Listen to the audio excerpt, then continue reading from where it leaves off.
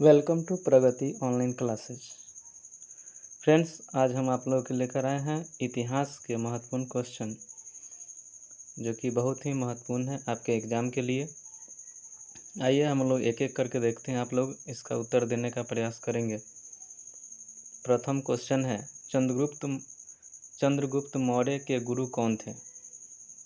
Option है घनानंद, चाणक्य, विष्णुगुप्त, इनमें से कोई नहीं। इसका सही जवाब है चाणक्य। चंद्रगुप्त मौर्य के गुरु थे चाणक्य। इन्होंने ही इसे राजा बनाने का काम किया था। नेक्स्ट क्वेश्चन, अर्थशास्त्र के लेखक कौन है? कौटिल्य, विष्णुगुप्त, चंद्रगुप्त, मेगास्थनीज। तो अर्थशास्त्र के लेखक हैं कौटिल्य। कौटिल्य चाणक्य का ही दूसरा नाम है। चलते हैं अब हम लोग थर्ड नंबर क्वेश्चन पे। चंद्रगुप्त ने किस वंश की स्थापना किया? चंद्रगुप्त ने किस वंश की स्थापना किया? शुंग, नंद, मौर्य, हर्यंक। तो चंद्रगुप्त जो थे उन्होंने मौर्य वंश की स्थापना किया। ये मौर्य वंश के संस्थापक हैं। नेक्स्ट क्वेश्चन पे चलते हैं हम लोग। सम्राट अशोक किस वंश के शासक थे? सम्राट अशोक किस वंश के शासक थे? तो सम्राट अशोक जो थे मौर्य वंश के ही शासक थे। सम्राट अशोक मौर्य वंश के शासक थे, याद रखेंगे। नेक्स्ट क्वेश्चन है, चंद्रगुप्त कहाँ का शासक बना? चंद्रगुप्त जो है कि कहाँ का शासक बना? मगध का, दिल्ली का, अजमेर का, कश्मीर का। तो जो चंद्रगुप्त है उन्होंने घानानंद को हरा करके मगध पर अपना शासन स्थापित किया। उन्होंने घानानंद को पराजित किया था। नेक्स्ट क्वेश्चन है, वेदों की संख्या कितनी है? वेदों की संख्या यहाँ पे वेद जो है कि 4 है और वेदांग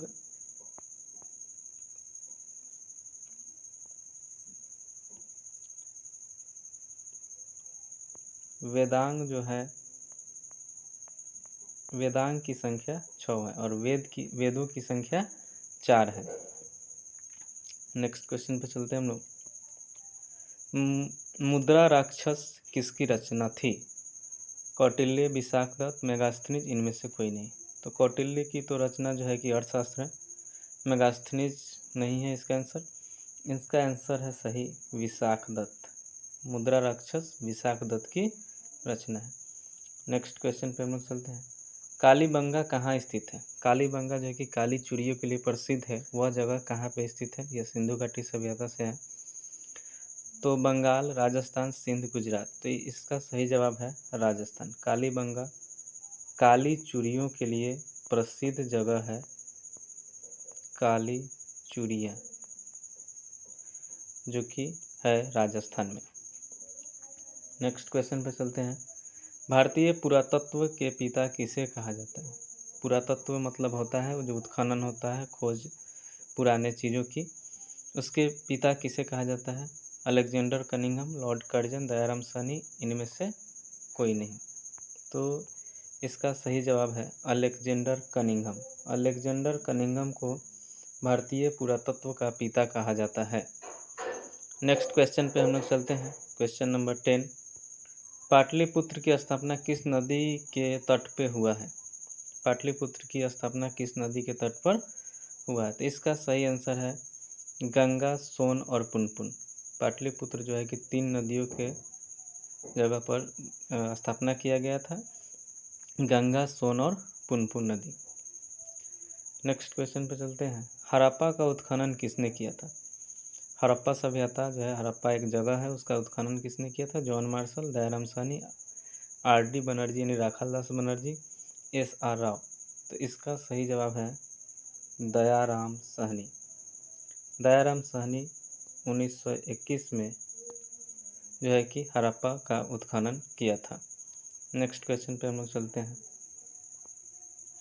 भारतीय इतिहास का कौन सा काल स्वर्ण काल के नाम से जाना जाता है? वह कौन सा काल है जिसे सोना का काल कहा जाता है?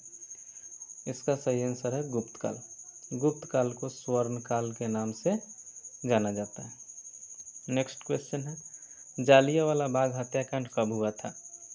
जालियांवाला बाग हत्याकांड कब हुआ था? ऑप्शन ए है 13 अप्रैल, 1919, 19 अप्रैल 1919, 13 अप्रैल 1998, 19 अप्रैल 1947। इसका सही जवाब है 13 अप्रैल 1919 ईस्वी में जालियांवाला बाग हत्याकांड हुआ था, जिसमें जनरल डायर ने निहत्थे लोगों को गोलियां चलवा दी थी। नेक्स्ट क्वेश्चन पे चलते हैं। मोहनजोदड़ो का उत्खनन किसने किया था? देखिए, हड़प्पा का उत्खनन दयाराम साहनी किए हुए थे और मोहनजोदड़ो का उत्खनन जो है राखालदास बनर्जी किए हुए थे। मोहनजोदड़ो का उत्खनन राखालदास बनर्जी किए हुए थे। वास्को डी गामा भारत कब आया? नेक्स्ट क्वेश्चन है, वास्को डी गामा भारत कब आया? आंसर इसका होगा 1498। वास्को डी गामा भारत आया, वह जो है कि सबसे पहले वह केरल के कालीकट बंदरगाह पर आया था। कालीकट, केरल के कालीकट बंदरगाह पर आया। वहाँ पे उसका स्वागत जो किए थे वह राजा का नाम है जमोरिन। जमोरिन ने वास्को डी गामा का स्वागत किया, उसे व्यापारिक सुविधा प्रदान की। इस तरह से भारत और यूरोप के बीच व्यापारिक रिश्ता बढ़ गया वास्को डी गामा के आने के बाद। इसीलिए वास्को डी गामा को भारत का खोजकर्ता भी माना जाता है। चलिए नेक्स्ट क्वेश्चन पे हम लोग चलते हैं। पुराणों की संख्या कितनी है? वेदों की संख्या तो 4 है, पुराणों की संख्या है 18। 18 पुराण है। नेक्स्ट क्वेश्चन पे हम लोग चलते हैं। भारत के प्रथम राष्ट्रपति कौन थे? भारत के प्रथम राष्ट्रपति कौन थे? तो भारत के प्रथम राष्ट्रपति थे doctor Rajendra Prasad. Next question पे हम लोग चलते हैं। इंडिका के लेखक कौन है? इंडिका के लेखक कौन है? चाणक्य जो है कि उन्होंने अर्थशास्त्र लिखा है। वेद व्यास, विष्णुगुप्त और मेगास्थनीज। तो इसका सही आंसर है ऑप्शन बी, मेगास्थनीज जो है इंडिका के लेखक हैं। नेक्स्ट क्वेश्चन पे चलते हैं। स्वतंत्र भारत में प्रथम गवर्नर जनरल कौन थे? स्वतंत्र भारत के प्रथम गवर्नर जनरल जो थे वह लॉर्ड माउंटबेटन थे।